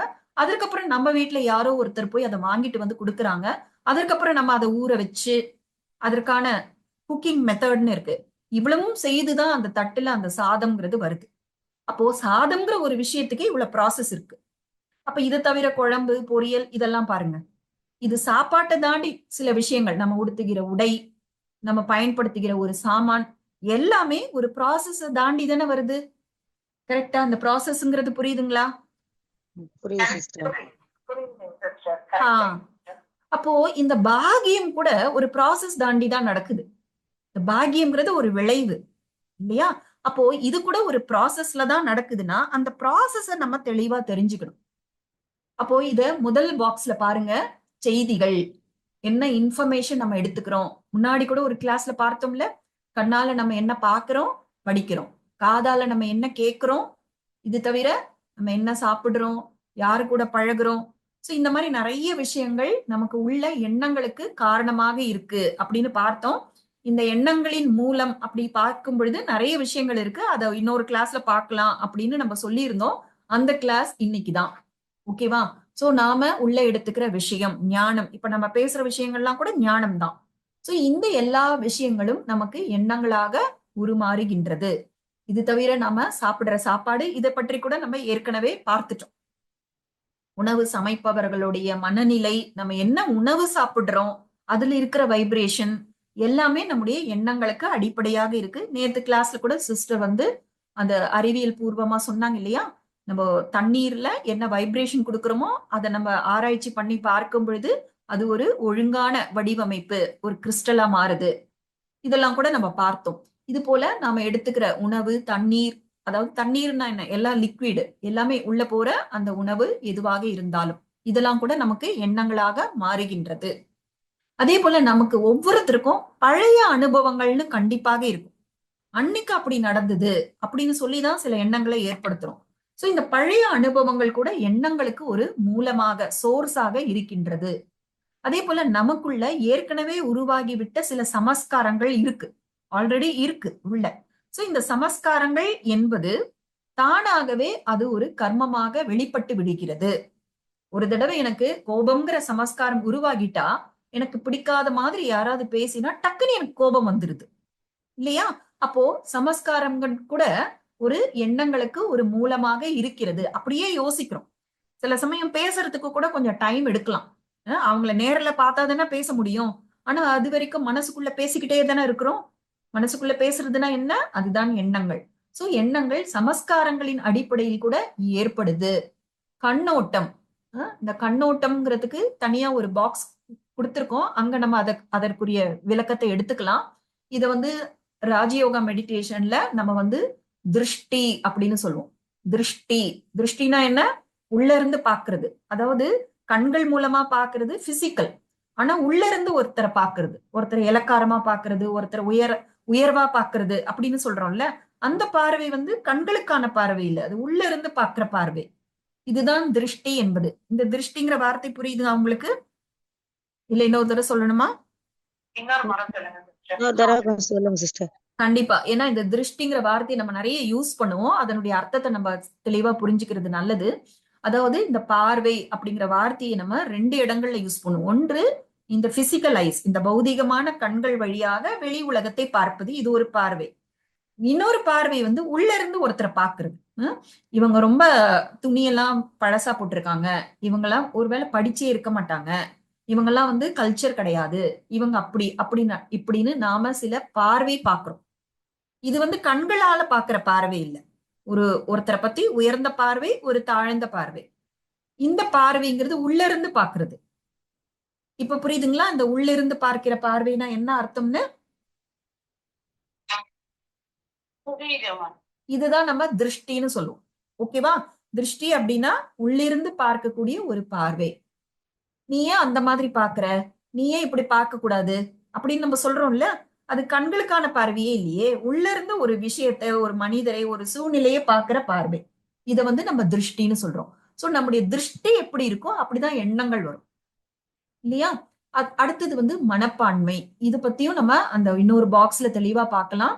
மனப்பான்மை அப்படின்னா அது வந்து ஆட்டிடியூட் அப்படின்னு சொல்லுவாங்க. அடுத்தது வந்து உணர்வுகள். நம்ம ஃபீலிங்ஸ் எப்படியோ அப்படிதான் எண்ணங்கள் வரும். சில சமயம் யாரோ ஒருத்தர் நம்மள கோவமா திட்டிடுறாங்க. நமக்கு வந்து சில வார்த்தைகளை நம்ம மேல யூஸ் பண்ணா பிடிக்காது. அப்போ உடனே கோபம்ங்கிற ஃபீலிங் தான் வருது. அதற்கப்புறம் தான் அதை நம்ம அந்த ஃபீலிங்கை வச்சு எண்ணங்களை ஏற்படுத்துவோம். முதல்ல கோபம்ங்கிற ஃபீலிங் வந்துருது. அதற்கப்புறமா அந்த எண்ணங்கள் வரும். அது எப்படி இவங்க இப்படி பேசலாம், ஏதாவது ஒரு கேள்வியாவது என்ன கேட்டாங்களா, நான் என்ன செய்தேன்னு கேட்டு தெரிஞ்சுக்கிட்டாங்களா, அதற்கு முன்னாடி இப்படி எல்லாம் சொல்றாங்க, என் நிலை என்னன்னு புரிஞ்சுக்காமலே பேசுறாங்களே அப்படின்னு எண்ணங்கள் ஃபாலோ ஆகும். அப்ப முதல்ல உணர்வுகள் வந்துடுச்சு, அதற்கப்புறம் தான் எண்ணங்கள் வருது. ஓகேவா? அப்ப உணர்வுகள் கூட எண்ணங்களின் மூலமாக இருக்கின்றது. அது அடுத்தது வந்து வாயுமண்டலம். நம்ம எந்த மாதிரி வாயுமண்டலத்துல இருக்கிறோமோ அதற்கேற்ற மாதிரி எண்ணங்கள் இருக்கும். நம்ம ஒரு பதட்டமான ஒரு வாயுமண்டலம் இருக்குன்னு வச்சுக்கோங்க. அப்ப அந்த பதட்டமான ஒரு வாயுமண்டலத்துல நமக்கு எண்ணங்களும் ஒரு படபடப்பு, பயம். நமக்கு எதுவுமே நடக்கல. நம்ம வாழ்க்கையில அது வரல. நாம இப்ப சேஃபா தான் இருக்கோம். ஆனா வாயுமண்டலம் பதட்டமா இருந்தா நமக்கும் அந்த மாதிரி எண்ணங்கள் தான் வரும். இதற்கு ரொம்ப சமீபத்திய ஒரு உதாரணம் தான் இந்த கொரோனா டைம். அதுன்னா டக்குன்னு எல்லாருக்கும் புரிஞ்சுக்க முடியும். அப்ப கொரோனால வாயுமண்டலமே பயம், பதட்டமா இருக்கும் பொழுது நம்முடைய எண்ணங்களும் அதை பத்தின எண்ணங்களாகவே தான் வந்துட்டு இருந்தது. இது செய்தா தவறா, அப்படி செய்தா தவறு வந்துருமா, இது நடக்குமா, அது நடக்குமா, இப்படி நிறைய எண்ணங்கள் நமக்கு ஏற்படுது. அப்புறம் ஒரு சூழ்நிலை, ஒரு சிச்சுவேஷன் வந்துருச்சுன்னா நம்முடைய எண்ணங்கள் அதற்கு ஏற்றாற் போலதான் இருக்கு. சிச்சுவேஷன் எப்படியோ அதற்கேற்ற மாதிரியே எண்ணங்கள் உருவாகுது. அதே போல தற்போதைய பாக்கியம், பிரசண்டா ஒரு விளைவு ஏற்பட்டிருக்கு. இப்போ உதாரணமாக நான் வந்து எனக்கு எலுமிச்சை பழம் சாப்பிட்டா அலர்ஜி. ஓகே, நான் எலுமிச்சை பழ ஜூஸ குடிச்சிடுறேன். அப்போ ஒரு கர்மா பண்றேன். அந்த கர்மத்தோட விளைவா எனக்கு ஜலதோஷம் பிடிச்சிடுச்சு. அப்ப அந்த ஜலதோஷம்ங்கிறது தற்போதைய பாக்கியம், அதாவது தற்போதைய விளைவு. அப்ப ஜலதோஷம் வந்த உடனே அதை குறித்து எனக்கு எண்ணங்கள் வருது இல்ல. இந்த ஜலதோஷம் வந்துருச்சு, நான் இந்த ட்ரீட்மெண்ட் எடுத்துக்கணும், இப்படி செய்யணும், இன்னைக்கு ஆபீஸ்க்கு லீவ் போட்டுடலாம், இன்னைக்கு சமையல கொஞ்சம் சுருக்கமா முடிச்சுக்கலாம். அப்போ தற்போதைய விளைவை வச்சு கூட நமக்கு எண்ணங்கள் ஏற்படுது. இது ஒரு உதாரணத்துக்கு இதை சொன்னேன். இது மாதிரி நிறைய நமக்கு வாழ்க்கையில நடக்கக்கூடிய அந்த பிரசன்ட் ஃபார்ச்சூன், தற்போதைய பாக்கியத்தை வச்சு கூட நமக்கு எண்ணங்கள் ஏற்படுது. சோ எண்ணங்களின் மூலம்னு பார்க்கும் பொழுது இந்த முதல் பாக்ஸ்ல இருக்க எல்லா விஷயங்களும் எண்ணங்களோட சோர்ஸா இருக்கு அப்படிங்கறத நம்மளால தெளிவா தெரிஞ்சுக்க முடியுதா? தெரிஞ்சுக்க முடியுதா? புரியுது மேம். சோ நம்ம என்ன பண்ணணும்னா, இந்த வகுப்பு முடிந்த பிறகு நீங்க எப்பெல்லாம் கொஞ்சம் ஃப்ரீயா இருக்கீங்களோ இந்த சார்ட்டை எடுத்து பாருங்க. இத பார்த்துட்டு அது அதை பத்தி சிந்தனை செய்து பாருங்க. அப்ப நம்ம நடைமுறை வாழ்க்கையில நமக்கு என்ன, எதனால இந்த எண்ணம் ஏற்படுது அப்படின்னும் பொழுது இந்த ஃபர்ஸ்ட் பாக்ஸ்ல இருக்க விஷயங்கள்லாம் நமக்கு தெரிய வரும். ஏன்னா நாம வந்து நம்முடைய சூக்ஷ்ம உடல் மூலமாக இந்த பிரபஞ்சத்துல கூட நம்ம ஒரு விளைவை ஏற்படுத்துறோம். அப்படின்னும் பொழுது நம்ம பாக்கியத்தின் மீது கூட ஒரு விளைவை ஏற்படுத்துறோம்னா சோர்ஸ் நம்ம கவனிக்கணும் இல்லையா? என்ன சொல்லுவாங்க, நோய் நாடி நோய் முதல் நாடி. வெறும் நோயோட அறிகுறிகளை பார்த்து ஒரு ட்ரீட்மெண்ட் கொடுத்தா நம்ம என்ன சொல்றோம், அது சரி கிடையாது. நோயோட மூலத்தை பார்க்கணும், அப்பதான் அந்த நோய் வந்து முற்றிலும் அழிக்கப்படும் அப்படின்னு தானே சொல்றோம். அதே போல இந்த மூலம் என்பது ரொம்ப முக்கியம். அந்த சோர்ஸ் நம்ம கவனிக்கணும். சோ எண்ணங்களோட மூலம் என்பது நம்ம உள்ள எடுத்துக்கிற இன்ஃபர்மேஷன், நம்ம சாப்பிடுற சாப்பாடு, அது வந்து சாலிடாவும் இருக்கலாம், லிக்விடாவும் இருக்கலாம். அதன் மூலமாக கூட நமக்கு எண்ணங்கள் ஏற்படுது. நம்முடைய பழைய அனுபவங்கள், நம்முடைய பழைய சமஸ்காரங்கள், நம்முடைய திருஷ்டி, இந்த மனப்பான்மை அப்படிங்கறத விருத்தின்னு சொல்லுவோம். அந்த விருத்தி, உணர்வுகள், வாயுமண்டலம், சூழ்நிலைகள், தற்போதைய பாக்கியம், இதனாலதான் நம்முடைய எண்ணங்கள் ஏற்படுது அப்படிங்கறத நம்ம புரிஞ்சுக்கிறோம். அப்போ எண்ணங்களில் மாற்றம் கொண்டு வரணும், உணர்வுகளில் மாற்றம் கொண்டு வரணும்னா இந்த ஃபர்ஸ்ட் பாக்ஸ்ல இருக்க விஷயங்கள் எல்லாம் மாற்றம் கொண்டு வரணும். ஓகேவா? இன்னைக்கு டைம் இருந்தா அந்த ஃபர்ஸ்ட் பாக்ஸ்ல எப்படி எல்லாம் மாற்றம் கொண்டு வருது அப்படிங்கறத பார்க்கலாம். ஒருவேளை இன்னைக்கு டைம் கிளாஸ் முடிஞ்சிடுச்சு அப்படின்னா நாளைக்கு கண்டிப்பாக அந்த பாக்ஸை பத்தி நம்ம தெரிஞ்சுக்கலாம், என்னென்ன மாற்றங்கள் கொண்டு வரணும். அடுத்தது வந்து நம்ம எண்ணங்கள் அப்படின்னு புரிஞ்சிடுச்சு. அப்ப எண்ணங்கள் மனசுல ஏற்படுறத நம்ம சமீபமா கண்டுபிடிக்க ஆரம்பிச்சிருக்கோம். ஏன்னா கவனிக்கிறோம், இந்த 4 வகையான எண்ணங்கள் ஏற்படுது, அதை நம்ம கவனிச்சுட்டே இருக்கோம், அதை வகைப்படுத்துறோம். இது சாதாரண எண்ணம், இது தேவையில்லாத எண்ணம், இது வந்து ரொம்ப பாசிட்டிவான எண்ணம், இது நெகட்டிவ் எண்ணம் அப்படிங்கிற அந்த பாகுபடுத்துதல் அப்படிங்கிறது நம்ம சமீபமா ஒரு பயிற்சியாக செஞ்சுக்கிட்டு இருக்கோம். இந்த மாதிரி உள்ளே ஏற்படுகிற எண்ணங்களை இப்படி எல்லாம் பாக்குறத வந்து ராஜயோகா தியானத்துல என்ன சொல்லுவாங்கன்னா உள்முக பார்வை. உள்முக பார்வை, வெளிமுக பார்வை நம்ம எப்பவுமே செய்யறதுதான். வெளியில மத்தவங்களை பாக்குறது, அவங்க என்ன ட்ரெஸ் போட்டிருக்காங்க, அவங்க எப்படி பேசுறாங்க, எப்படி நடந்துக்கிறாங்க, வெளியில என்னெல்லாம் நடக்குது, உலகத்துல என்னெல்லாம் நடக்குது, இது எல்லாமே வெளிமுக பார்வை. ஆனா ஆன்மீகத்துல வந்து உள்முக பார்வை. நான் எனக்குள்ள என்ன ஓடுது, எனக்குள்ள என்ன எண்ணங்கள் ஓடுது, அதனுடைய வகைகள் என்ன, என்னுடைய ஃபீலிங்ஸ் எப்படி இருக்கு, என்னோட சமஸ்காரம் எப்படி இருக்கு அப்படின்னு நமக்குள்ள பாக்குறது வந்து உள்முக பார்வை. இந்த உள்முக பார்வை எல்லாருக்கும் புரியுதுங்களா? ஓகே. ஓகே. இப்போ வந்து முன்னாடி ஒரு கிளாஸ்ல கூட ஒரு விதி மாதிரி பார்த்தோம். எண்ணங்கள் எப்படியோ அப்படிதான் உணர்வுகள் இருக்கும். நான் எப்படி எண்ணங்களை ஏற்படுத்துறேனோ அப்படிதான் என்னோட ஃபீலிங்ஸ் இருக்கும். அதாவது என்னுடைய எண்ணங்கள் எப்படியோ அப்படிதான் ஃபீலிங்ஸ் இருக்கும் அப்படிங்கறத நம்ம வந்து பரிசோதனை செய்தே பார்க்க சொன்னோம். ஒருவேளை ஒரு பயம், ஒரு பதட்டம்ங்கிற ஒரு டென்ஷன்ங்கிற ஃபீலிங் வந்ததுன்னா, எதுக்கு இந்த டென்ஷன் ஃபீலிங் எனக்கு ஆகுது, நான் என்ன அப்படி யோசிச்சேன் அப்படின்னு நீங்க அந்த எண்ணங்களை பார்த்தீங்கன்னா, அதுவும் அந்த ஃபீலிங் வர்றதை நீங்க உடனே கண்டுபிடிச்சிட்டீங்கன்னா உடனே எண்ணங்களை பார்க்கலாம். அப்போ இந்த எண்ணத்தினாலதான் எனக்கு இந்த ஃபீலிங் வருது, ஆனா எனக்கு இந்த ஸ்ட்ரெஸ்ங்கிற ஃபீலிங் வேண்டாம், இந்த டென்ஷன்ங்கிற ஃபீலிங் வேண்டாம், அதனால என்னுடைய செயல்கள் பாதிக்கப்படுது. அப்போ நான் ஃபீலிங்கை டைரக்டா மாத்த முடியாது இல்லையா? அப்ப எண்ணங்களை மாத்துறோம். அப்ப எண்ணங்களை மாற்றும் பொழுது அந்த ஃபீலிங் தானாகவே மாறுகின்றன அப்படிங்கிறத நம்ம பரிசோதனை செய்து பார்த்தோம். யாராவது சொல்வீங்களா? யாராவது பரிசோதித்து பார்த்தீங்களா? ஃபீலிங்ஸை மாத்துறதுக்காக எண்ணங்களை மாத்தி பார்த்தேன், என்னோட ஃபீலிங்ஸ் மாறிடுச்சு அப்படிங்கிறவங்க யாராவது இருக்கீங்களா? சொல்ல முடியுமா? ஹலோ நான் இதை ட்ரை பண்ணிருக்கேன் சார். அப்ப உங்களால கண்டுபிடிக்க முடிஞ்சது இல்ல? கண்டிப்பா முடிஞ்சுது. அப்ப எண்ணங்களை அந்த மாற்றும் பொழுது வந்து நம்ம உணர்வுகள் வேற உணர்வுக்கு நம்மளால கண்டிப்பா மாற்ற முடிஞ்சு. அவ்வளவுதான். சோ இப்ப அவங்க செஞ்சு பார்த்தாங்க. இப்ப அவங்க செஞ்சு பார்த்தாங்க. அதனால இங்க சொல்ற விஷயங்கள் வெறும் ஒரு ஞானமாக மட்டுமே இல்லாம அனுபவமாக மாறிவிட்டது. சோ நம்மளுடைய எண்ணங்கள் எப்படியோ அப்படிதான் உணர்வுகள் இருக்கு. அப்ப உணர்வுகள்ல தான் நம்ம வந்து மூடுங்கிறோம், ஸ்திதின்னு சொல்லுவோம். என்னுடைய மனதின் நிலை. ஸ்திதி இந்த வார்த்தை கூட நம்ம நிறைய யூஸ் பண்ணுவோம். ஸ்திதினா மனதின் நிலைன்னு அர்த்தம். சில பேர் சொல்லுவாங்க அவங்க மூடே சரியில்லை, அவங்க ஏதோ ஒரு விஷயம் நடந்திருக்கு, ரொம்ப பேடா ஃபீல் பண்றாங்க, அவங்க மூடு சரியில்லை அப்படின்னு சொல்றோம் இல்லையா? சோ இந்த உணர்வுகள், ஃபீலிங்ஸ், எமோஷன்ஸ், ஸ்திதி எல்லாமே இந்த பாக்ஸ்குள்ள வருது. இதற்கு காரணம் மூலம் வந்து எண்ணங்கள். அப்ப மூலம் எண்ணங்களாக இருக்குதுன்னா அப்ப உணர்வுகள் விளைவாக இருக்கு. ஆல்ரெடி சொன்னேன்ல இந்த கிளாஸ வந்து கர்மம் விளைவு அந்த ஆங்கிள் பார்க்கணும்னு. அப்ப முதல் பாக்ஸ்ல கிரீன் கலர்ல நம்ம கொடுத்த அந்த எண்ணங்களின் மூலம் எல்லாம் நமக்கு கர்மங்களாக இருக்கு. என்ன சாப்பிடுறேன் அப்படிங்கிறது கர்மம். அப்ப எனக்குள்ள ஒரு எண்ணம் ஏற்படுது அப்படின்னா அது விளைவு இல்லையா? அப்போ ஒவ்வொரு விஷயமும் கர்மமாக இருக்கு, எண்ணங்கள் அதனுடைய விளைவாக இருக்கு. அப்போ சில எண்ணங்களை நானே ஏற்படுத்திக்கிட்டே இருக்கேன். ஏதோ ஒரு எண்ணம் வந்தது, ஆனா அதோட நம்ம அதை மாற்ற முயற்சி செய்யல, அதுக்கு ஃபுல் ஸ்டாப் வைக்கல, தொடர்ந்து அப்படியே யோசனை பண்ணிட்டு இருக்கோம்னா அதுவே கர்மமாக மாறிவிடுகிறது. அதனுடைய விளைவாக நமக்கு உணர்வுகள், ஃபீலிங்ஸ் ஏற்படுது. இப்ப இந்த உணர்வுகள் அப்படிங்கிறது அதனுடைய அடுத்த ஸ்டெப்னு வரும் பொழுது அதுதான் நம்ம ஆட்டிடியூடுன்னு சொல்றோம். இந்த திருஷ்டி, விருத்தி. திருஷ்டினா நம்ம விளக்கம் ஏற்கனவே பார்த்துட்டோம். விருத்தி அப்படின்னா மனப்பான்மை, ஆட்டிடியூட்னு அர்த்தம். சோ எதெல்லாம் வந்து இப்போ மனப்பான்மைனா கூட நமக்கு அதுல தெளிவில்லை, இன்னும் கூட அது எக்ஸ்பிளைன் பண்ணாதான் நமக்கு புரியும். அப்படின்னா அது என்னன்னா, நாம மனசுல ஏற்படுத்தி வைத்திருக்கிற அபிப்பிராயங்கள். இந்த அபிப்பிராயம்லாம் பாருங்க ஸ்ட்ராங்கா இருக்கும். ஒப்பீனியன், கருத்துக்கள்னு சொல்லுவோம்ல, நம்மளை பத்தின சில அபிப்பிராயங்கள், இல்ல மத்தவங்களை பத்தின அபிப்பிராயங்கள், வாழ்க்கையில் நடக்கிற சில விஷயங்களை பத்தி அபிப்பிராயம், உலகத்தை பத்தி அபிப்பிராயம். இது மாதிரி அபிப்பிராயங்கள்லாம் எங்க ஸ்டோர் ஆகுதுன்னா மனசோட ஆழத்துல இந்த எண்ணங்களை தாண்டி, உணர்வுகளை தாண்டி அது அபிப்பிராயமாக பதிவாகிறது. சோ இந்த ஆட்டிடியூட் அப்படிங்கிறதுக்குள்ள இந்த அபிப்பிராயங்கள்ன்றது ஒரு காரணி. அடுத்தது வந்து நம்பிக்கைகள், சில பிலீஃப் சிஸ்டம் நிறைய பாக்குறோம்ல. நமக்குள்ள இருக்கிற நம்பிக்கைகள், மற்றவர்களுக்குள்ள இருக்கிற நம்பிக்கைகள், அது தவறான நம்பிக்கையாகவும் இருக்கலாம், சரியான நம்பிக்கைகளாகவும் இருக்கலாம். சோ இது எல்லாமே இந்த 4வது பாக்ஸ்ல ஆட்டிடியூட் அப்படிங்கிற ஒரு பதிவாக இருக்கு.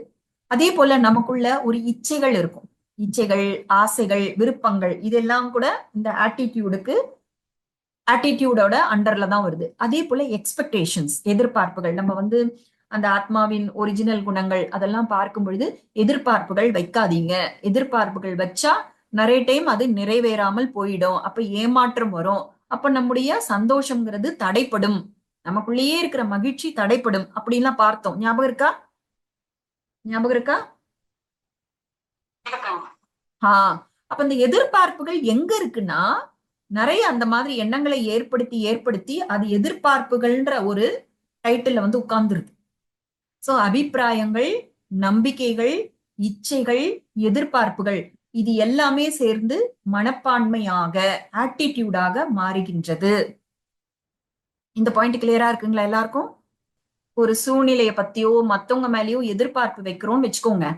அந்த எதிர்பார்ப்பு வைக்கும் பொழுது எல்லா எதிர்பார்ப்புகளும் நிறைவேறாது. கரெக்டா? எதிர்பார்ப்புகள் எல்லாமே நிறைவேறுதா என்ன சொல்லுங்க? இல்ல இல்ல மேம், இல்லைங்க சிஸ்டர், அப்படியெல்லாம் நேச்சுரலி இல்ல. அப்படி இருக்காது. ஓகே, அதுதான் 100% நிறைவேறும்னு சொல்ல முடியாது. இன்னைக்கு காலையில நான் வந்து மழை வரக்கூடாதுன்னு எதிர்பார்க்கிறேன். ஆனா வந்து கண்டிப்பா 100% எல்லா டைமும் அது மழை வராம இருக்குன்னு சொல்ல முடியாது. அதே போல நான் ஒரு காரியத்துக்காக வெளியில போறேன். அப்ப வந்து இங்க வீட்டுல இருந்து கிளம்புற வரைக்கும் அந்த காரியம் நடக்கிற வரைக்கும் எல்லாமே நான் நினைச்ச மாதிரியே, நான் பிளான் பண்ண மாதிரியே நடக்கும் அப்படின்னு நம்ம எதிர்பார்க்க முடியுமா? நிறைய டைம் நம்ம எதிர்பார்த்ததை விட சிறப்பாகவும் நடக்கலாம், எதிர்பார்ப்புக்கு அகெயின்ஸ்டாவும் நடக்கலாம். இது எல்லாருமே அனுபவம் பண்ற ஒரு விஷயம் தான். அதாவது இங்க ஆன்மீக வகுப்பு அப்படின்னு வரும்பொழுது எல்லா விஷயத்தையும் தான் நம்ம பார்க்கணும். இப்ப நம்மள வந்து லிமிட் பண்ணக்கூடாது. லிமிட் பண்ணிட்டோம்னு வச்சுக்கோ, எனக்கு வியாதியே வராது அப்படின்னு நம்ம நினைச்சு உட்கார்ந்துட்டோம்னா நம்ம சில விஷயங்களை கோட்டை விட்டுரும். இப்போ ஒரு மெடிக்கல் ஸ்டூடெண்ட் இருக்காங்கன்னு வச்சுக்கோங்க, அவங்க வந்து எனக்கு என்ன நோய் இருக்கோ அதை பத்தி மட்டும் கிளாஸ் எடு அப்படின்னு ப்ரொஃபசர் கிட்ட சொல்ல முடியுமா? ஏன்னா அவங்க குணப்படுத்தும் ஒரு ஒரு பொறுப்புல இருக்கிறாங்க. அப்போ தனக்கு வந்த நோய் மட்டும் இல்ல, உலகத்துல என்ன நோய் இருக்கு அதை பற்றிய ஞானமும் வேண்டும், அந்த நோய்க்கான ட்ரீட்மெண்ட் அதற்கான ஞானமும் வேணும் இல்லையா? அப்படிதான் இந்த ஆன்மீக வகுப்பை பார்க்கணும். எனக்கு இல்ல அதனால அது கிடையாது அப்படிங்கிறது கிடையாது. நம்மள சுத்தி இருக்கிறவங்களும் இருக்கிறாங்கல்ல. இப்போ ஒரு ஞானம் கிடைக்குதுன்னா அதை நம்மள மற்றவங்களோட பகிர்ந்துக்கணும்ல. இந்த பகிர்தல் வரும்பொழுதுதான் நமக்கு அதிகரிக்கும். இப்போ நான் வந்து 7 வருஷமா இந்த ராஜயோக தியானம் பண்றேன். அப்ப எனக்குள்ள சில சமஸ்காரங்கள் மாற்றிக்கொள்ள வேண்டியது இருக்கும். நிறைய சமஸ்காரங்கள் அது என்கிட்ட இல்லவே இருக்காது. அப்ப எனக்கு அதெல்லாம் வேண்டாம் அப்படின்னா நீங்க கேக்குற கேள்விக்கு என்னால பதில் சொல்ல முடியுமா? முடியாது இல்லையா? இப்ப நாம ஞானத்தை முழுமையாக எடுத்துக்கொள்ளும் பொழுது நம்ம வீட்டுல இருக்கிறவங்க, நம்ம தொடர்புல வர்றவங்க எல்லாருக்குமே நம்ம சொல்றோம். இப்ப ஆக்சுவலா இந்த ஒரு கேள்விக்கு வந்து எப்படி இதை புரிஞ்சுக்கணும்னா, எதிர்பார்ப்புகள் அப்படிங்கிறதுக்கு பதிலாக சுபபாவனை வைக்கணும். குட் விஷஸ்ன்னு சொல்லுவாங்கல்ல, எல்லாம் நல்லா நடக்கும், பிளான் படியே நடக்கும், காலையில மழை வராது, இது மாதிரி எல்லாமே பாசிட்டிவா திங்க் பண்றது சுப பாவனைன்னு சொல்லுவோம். Good wishes. இந்த மாதிரிதான் சிஸ்டர் நினைக்கிறேன். அதுதான். அப்போ எதிர்பார்ப்புகள் வேறு, இப்ப நீங்க சொன்னீங்க பாத்தீங்களா, இந்த மாதிரி எண்ணங்கள் தான் நான் வைக்கிறது. ஓகே, எல்லாத்துக்குமே இந்த மாதிரி ஒரு எண்ணங்கள் பாசிட்டிவா. அப்போ வந்து எதிர்பார்ப்புகள் இருந்தா அங்க கண்டிப்பா ஒரு ப்ராபபிலிட்டி இருக்கு அது நிறைவேறாமல் போறதுக்கு. ஆனா சுப பாவனை வைக்கும் பொழுது நம்ம அங்க ஒண்ணுமே எதிர்பார்க்கல, நல்லதே நடக்கும், நினைச்சபடியே நடக்கும் அப்படியே நினைச்சிட்டு போ. ஒருவேளை அப்படி நடக்கலைன்னா கூட நம்ம சுபபாவனை மாத்த போறது இல்லை. உடனே என்ன சொல்லுவோம், எல்லாம் நன்மைக்கே அப்படின்னுடுவோம். அதனால முன்னாடி ஒரு கிளாஸ்ல இதை பத்தி சொல்லியிருக்கோம். எதிர்பார்ப்புகளை வந்து சுபபாவனையாக மாற்றி விடுங்கள். சுபபாவனைனா என்ன? Positive thoughts, good wishes. ஓகேவா? அதே போல இந்த மாதிரி ஒவ்வொரு விஷயத்தையும் நம்ம வந்து பாசிட்டிவா மாற்றணும் அப்படிங்கிறது ஒரு, அது வந்து நம்ம அதை என்னெல்லாம் சேஞ்சஸ் கொண்டு வரணும் அப்படிங்கிற அந்த ஒரு இதுல வரும். ஆனா இங்க நம்ம பாக்குறது ஆட்டிடியூட்னா என்ன அவ்வளவுதான் பாக்குறோம். ஆட்டிடியூட்னா என்ன, மனப்பான்மைனா என்ன, அதை பத்தி மட்டும்தான் இங்க பாக்குறோம். சோ அப்ப மனப்பான்மை அப்படின்னா அபிப்பிராயங்கள், நம்பிக்கைகள், இச்சைகள், எதிர்பார்ப்புகள், இது எல்லாமே ஆட்டிடியூடு. ஏன் இதை பத்தி எல்லாம் இவ்வளவு டீடைல்டா பேசுறோம்னா, நிறைய இடங்கள்ல அப்படியே டைரக்டா அதை சொல்லுவோம், மனப்பான்மை ஆட்டிடியூட்னு அப்படி சொல்லுவோம். அப்ப அது என்ன, ஆட்டிடியூட்னா என்னது, மனப்பான்மைனா என்ன அப்படி நம்ம குழம்ப கூடாது. அதற்காக தான் இதை நம்ம சொல்றோம், இதை ஷேரிங்கும் பண்றோம். சோ நம்மளோட ஆட்டிடியூட் எப்படி இருக்கோ அப்படிதான் நம்முடைய பேச்சு, நம்முடைய செயல்கள் இருக்கும். நிறைய டைம் வந்து நம்மளோட செயல்களை மாத்திக்கணும்னு நம்ம விரும்புவோம், நம்மளோட வார்த்தைகளை மாத்திக்கணும்னு விரும்புவோம். ஆனா நிறைய டைம் அது நடக்கிறது இல்லை. ஏன்னா நம்ம ஆட்டிடியூட்ல மாற்றம் கொண்டு வந்தால்தான் பேச்சு மாறும். இந்த மாதிரி நடக்குதா இல்லையா? நம்ம வாய் தவறி இந்த வார்த்தை வந்துருச்சு, நான் சொல்லவே கூடாதுன்னு நினைச்சேன், நான் சொல்லிட்டேன், நான் இப்படி, அதுக்கப்புறம் பின்னாடி ரொம்ப வருந்துரும், ஏன் இப்படி செஞ்சேன், ஏன் இப்படி பேசினேன், அப்படி உண்டா இல்லையா? இருக்கு சிஸ்டர். அப்ப ஏன் அது நடக்குதுன்னா, நம்ம வெறுமனே பேச்சுல மட்டும் மாத்திக்கலாம். இப்ப இவங்க வந்தா இப்படி பேசக்கூடாது, இப்படி நடந்துக்க கூடாது அப்படின்னு எண்ணங்கள் லெவல்ல தான் ஒர்க் பண்றோம். ஆனா ஆட்டிடியூட்ல ஒர்க்கே பண்ணல. அப்ப அந்த அபிப்பிராயத்தை நம்ம மாத்திக்கலன்னா பேச்சு ஆட்டோமேட்டிக்கா அப்படிதான் வரும். நம்மளோட பிலீஃப் சிஸ்டம் உள்ள எப்படி இருக்கோ அதுதான் வாயில வார்த்தைகளா வரும். சோ அப்ப பேச்சை மாத்தணும், செயலை மாத்தணும்னா அதற்கு முன்னாடி ஸ்டெப்புக்கு போகணும் இல்லையா? அதனால்தான் அந்த சங்கிலி தொடர் என்ன அப்படிங்கறத இங்க நம்ம சொல்றோம். சோ நம்மளுடைய ஆட்டிடியூட் எப்படி இருக்கோ அப்படிதான் பேச்சு. அப்படின்னா அந்த பேச்சுங்கிறது ஒரு விளைவாக வருது. உள்ள இருக்கிற அந்த அபிப்பிராயங்கள், நம்பிக்கைகள் எல்லாமே கர்மாவாக மாறி விடுகிறது. அதே போல நம்ம பேசுறது, செய்யறது திரும்ப திரும்ப செய்யும் பொழுது அது சமஸ்காரமாக மாறுது. அது ஆரம்ப கிளாஸ்லயே நம்ம கேட்டுட்டோம். எந்த ஒரு விஷயத்தை நம்ம திரும்ப திரும்ப செய்யறோமோ அதுதான் சமஸ்காரம். இதற்கு பெரிய விளக்கம் தேவையில்லை. அது டீட்டெயில்டா பார்த்துட்டோம். யாராவது புதுசா இந்த கிளாஸ் கேக்குறீங்கன்னா இதற்கு முந்தின கிளாஸ் எல்லாம் நீங்க கேளுங்க. அப்ப அதற்கான விளக்கம் உங்களுக்கு கிடைச்சிரும். சமஸ்காரம் என்பது ஒரு தடவை செய்த கர்மமாக இருந்தால் அது வெறும் ஞாபகமா மட்டும்தான் பதியும். அதே திரும்ப திரும்ப செய்யும் பொழுது அது பழக்க வழக்கமாக, நம்முடைய குணங்களாக, நம்முடைய சுபாவமாக, நம்முடைய நடத்தையாக மாறுகின்றது. அப்ப இது எல்லாத்தையும் சேர்த்து ஒரே வார்த்தையில சமஸ்காரம் அப்படின்னு சொல்றோம். அப்போ ஒவ்வொருத்தருக்குள்ளேயும் பாசிட்டிவ் சமஸ்காரமும் இருக்கும், நம்ம விட்டுவிடக்கூடிய நெகட்டிவ் சமஸ்காரங்களும் இருக்கும். அதாவது ஆத்மாவோட ஒரிஜினல் குணங்களான தூய்மை, அன்பு, அமைதி, ஆனந்தம் இதுவும் இருக்கும். கோபம், அகங்காரம், பற்று, பேராசை மாதிரி நெகட்டிவ் குணங்களும் இருக்கும். சோ இந்த ஒட்டுமொத்த சமஸ்காரங்கள் நம்முடைய சூக்ஷ்ம உடலாக மாறுகின்றது. ஆற்றல் புலம், சுரூபம், ஆளுமை, பர்சனாலிட்டி இப்படி எல்லாம் சொல்றோம். சோ நம்முடைய ஒட்டுமொத்த சமஸ்காரங்கள் தான் நம்முடைய சூக்ஷ்ம உடலை நிர்ணயம் செய்கிறது. ஆற்றல் புலம், ஆளுமை, சொரூபம் இப்படிப்பட்ட வார்த்தைகள் நம்ம தெரிஞ்சுக்கிறோம். சோ இதுதான் நம்முடைய பாகியத்தை தீர்மானம் செய்கின்றது. அப்படின்னா அப்போ பாகியத்துக்கு யார் பொறுப்பு? என்ன பதில் இதுக்கு? நம்முடைய பாகியத்துக்கு யார் பொறுப்பு? நான் தான் பொறுப்பு. நாம தான் பொறுப்பு. பொறுப்பு. இது முன்னாடி கூட நம்ம சொல்லிட்டு இருந்தோம். ஓரளவுக்கு ஆன்மீக ஞானம் தெரிஞ்சவங்க கூட இத சொல்லிட்டு இருந்தோம். எனக்கு வாழ்க்கையில நடக்கிற எல்லா விஷயத்துக்கும் நான் தான் காரணம் அப்படிங்கிற வார்த்தையை நம்ம சொன்னோம். ஆனா ப்ராசஸ் தெரிஞ்சுதா? ஏன்னா இப்போ பாருங்க, நம்ம ராஜயோக தியானத்துக்கு வந்திருக்கோம், ஒரு ஆன்மீக பாதையில் நடந்து போறோம்னா எளிமையாகவும் இருக்கணும், புரிஞ்சுக்கிறதுக்கு ஈஸியாவும் இருக்கணும், அதுல நமக்கு ஒரு பாசிட்டிவ் ரிசல்ட்டும் வரணும். இல்லைன்னா அதை தெரிஞ்சுக்கிட்டு என்ன பிரயோஜனம்? கரெக்டா? சிஸ்டர். அதற்காக தான் இதை நம்ம ஒரு படிப்பு மாதிரி இப்ப பாருங்க. இப்போ இந்த ஸ்லைட்ல காமிச்ச விஷயங்கள், இன்னைக்கு வகுப்புல பகிர்ந்து கொள்ளப்பட்ட விஷயங்கள் எல்லாம் புரிஞ்சுக்கிறதுக்கு ஈஸியா இருக்கா, கஷ்டமா இருக்கா?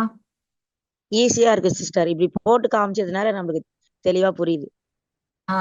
அவ்வளவுதான். அப்போ பொறுப்பு நம்ம கையில தான் இருக்கு. அப்போ நாம ஓரளவுக்கு ஞானம் தெரிஞ்சவங்க எண்ணங்கள்ன்ற அளவுல பேசுவாங்க. அதாவது எண்ணங்கள் தான் என்னுடைய வாழ்க்கையில் நடக்கிற எல்லா விஷயத்துக்கும் காரணம் அப்படின்னா இன்னும் ஒரு ஸ்டெப் மிஸ் பண்ணிடுறோம். ஏன்னா எண்ணங்களுக்கும் ஒரு மூலம் இருக்குல்ல, இருக்கு இல்லையா? அதுவும் இல்லாம இது ஒன்றுக்கொன்று தொடர்பா இருக்கு. பார்த்தோம்ல, சில இடங்கள்ல ஒரு விஷயம் கர்மமாக இருக்கு, அதே விஷயம் விளைவாகவும் இருக்கு. இப்ப எண்ணங்கள் பாத்தீங்கன்னா அது உணர்வுகளுக்கு காரணமா இருக்கும்போது எண்ணங்கள் கர்மமா மாறுது. ஆனா அதே அந்த முதல் பாக்ஸ்ல இருக்கிற நம்ம சாப்பிடுற சாப்பாடு, நம்மளோட பாஸ்ட் எக்ஸ்பீரியன்ஸ், பழைய சமஸ்காரங்கள் அப்படின்னு பார்க்கும்போது எண்ணங்கள் விளைவாக இருக்குது. அப்போ எத்தனை விஷயங்கள் கர்மமாகவும் இருக்கு, விளைவாகவும் இருக்கு அப்படிங்கறத நம்மளால புரிஞ்சுக்க முடியுதா? ஏன்னா இந்த ஒரு அடிப்படை ஞானம் பின்னாடி நம்ம தெரிஞ்சுக்க போற நிறைய புது புது விஷயங்களா நமக்கு தெரிய வரும். இப்ப எல்லாமே பால பாடம், அதுல நமக்கு ஒரு கிளாரிட்டி அப்படின்னு தான் நம்ம போறோம். இப்ப நம்ம என்ன பண்ணிட்டு இருக்கோம்னா ஆழமாக உழுது கொண்டு இருக்கிறோம். அப்பதான் பின்னாடி சில விஷயங்கள் உங்க முன்னாடி வைக்கும் போது அதை புரிஞ்சுக்கிறதுக்கு இது வசதியா இருக்கும். இதை தெரிஞ்சுக்கும் பொழுது பின்னாடி வரக்கூடிய விஷயங்களை புரிஞ்சுக்கிறது ஈஸியா இருக்கும். ஏன்னா இது பேசிக் கோர்ஸ் தான். இந்த பேசிக் கோர்ஸ் முடியும் பொழுது அடுத்தது அட்வான்ஸ் கோர்ஸ் வரும். அந்த அட்வான்ஸ் கோர்ஸ்ல சில விஷயங்கள் சொல்லுவோம், அப்படியே தூக்கி பால் போடுற மாதிரி போடும். அப்ப அதை ஏத்துக்கிறதுக்கும் புரிஞ்சுக்கிறதுக்கும் இந்த பேசிக், அந்த ஃபவுண்டேஷன் ஸ்ட்ராங்கா இருக்கும். சரிங்களா? ஏன்னா நம்ம இந்த ஆன்மீகத்துல எவ்வளவு விஷயங்கள் தெரிஞ்சுக்கிறோமோ அவ்வளவும் நமக்கு ஞானமாக மாறுது. இந்த முதல் பாக்ஸ்ல செய்திகள்னு பார்த்தோம் இல்லையா? அப்ப அது எல்லாமே நம்முடைய பாக்கியம் ரொம்ப உயர்ந்ததாக மாறுவதற்கு காரணமா இருக்கும். ஓகேங்களா? சோ அதனால இந்த ஃப்ளோ சார்ட்டை எல்லாரும் பாருங்க, சிந்தனை செய்து பாருங்க. நம்மளோட நடைமுறை வாழ்க்கையிலேயே நீங்க அதை பயன்படுத்தி ஒரு அனுபவத்தை எடுத்துக்கலாம். சரி, இன்னும் இப்ப டைம் ஆயிடுச்சுங்கிறதுனால இந்த வகுப்பை நம்ம தொடர்ந்து நாளைக்கு கண்டினியூ பண்ணலாம். ஓகேங்களா? இதோட விஷயம் முடியல. இத நம்ம வந்து அடுத்த கிளாஸ்ல கண்டினியூ பண்ணலாம். இந்த கர்ம விதி பத்தி இன்னும் நிறைய விஷயங்கள் நம்ம தெரிஞ்சுப்போம். அப்ப வந்து நமக்கே ரொம்ப எம்பவர்டா நம்ம ஃபீல் பண்ணும். ஓகேங்களா? இப்ப எல்லாரும் மெடிடேஷனுக்கு போயிடலாமா?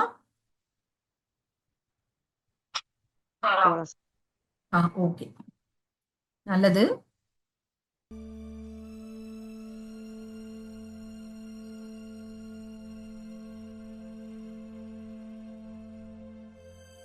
ஓம் சாந்தி. நம்முடைய மனதை ஸ்திரப்படுத்துவோம். நெற்றிக்கு மத்தியில் ஒருமுகப்படுத்துவோம். அந்த சின்னஞ்சிறிய நட்சத்திரத்தை பாருங்கள். அது நான் ஆத்மா. இந்த பிரபஞ்சத்தின் ஒரு முக்கியமான சக்தி. நான் ஆத்மா, உயிரோட்டமான சக்தி. நான் என் மனதின் மூலமாக ஏற்படுத்தும் எண்ணங்கள் உணர்வுகளாக மாறுகின்றன. நான் நாள் முழுவதும் ஏற்படுத்தும் ஒட்டுமொத்தமான உணர்வுகள் என்னுடைய திருஷ்டி மற்றும் விருத்தியாக மாறுகின்றன. அதுவே என்னுடைய கர்மத்திற்கு ஆதாரமாக இருக்கின்றது. என்னுடைய சமஸ்காரங்களை நானே உருவாக்கி என்னுடைய ஆற்றல் புலத்தை நிர்ணயம் செய்கின்றேன். எனக்குள்ளிருந்து எழும் அதிர்வலைகள் இந்த உடலின் மீது, என்னை சுற்றியுள்ள மனிதர்கள் மீது, இயற்கையின் 5 தத்துவங்கள் மீது, மொத்தமாக இந்த பிரபஞ்சத்தின் மீது ஒரு விளைவை ஏற்படுத்துகின்றது என்பதை நான் அறிவேன். அது நேர்மறையான மாற்றமா அல்லது எதிர்மறையான மாற்றமா என்பது எனது கையில்தான் இருக்கிறது என்பதை நான் அறிவேன். நான் ஏற்படுத்தும் நேர்மையான அதிர்வலைகள் எனக்கும் நன்மை செய்கின்றது மற்றும் இந்த உலகத்துக்கும் நன்மை செய்கின்றது. என்னுடைய ஒவ்வொரு எண்ணமும், உள் உணர்வும், என்னுடைய ஒவ்வொரு வார்த்தையும், நான் செய்யும் ஒவ்வொரு செயலும் தூய்மையானதாக, அன்பு நிறைந்ததாக, சக்தி மிக்கதாக இருக்கின்றது. மற்றவர்களுக்கு சாந்தி கொடுக்கக்கூடியதாக, அவர்களும் தங்களுக்குள் இருக்கும் தூய்மையை அனுபவம் செய்விக்க கூடியதாக இருக்கின்றது. என்னுடைய உள்நோக்கம் எப்பொழுதுமே உலகத்துக்கு நன்மை செய்யக்கூடியதாக மட்டுமே இருக்கின்றது. நான் ஆத்மா, ஒரு பவித்திரமான எனர்ஜி. நான் சாந்த ஸ்வரூபமான ஆத்மா. நான் சத்திய ஞானத்தை உணர்ந்த ஞான ஸ்வரூபமான ஆத்மா. ஓம் சாந்தி.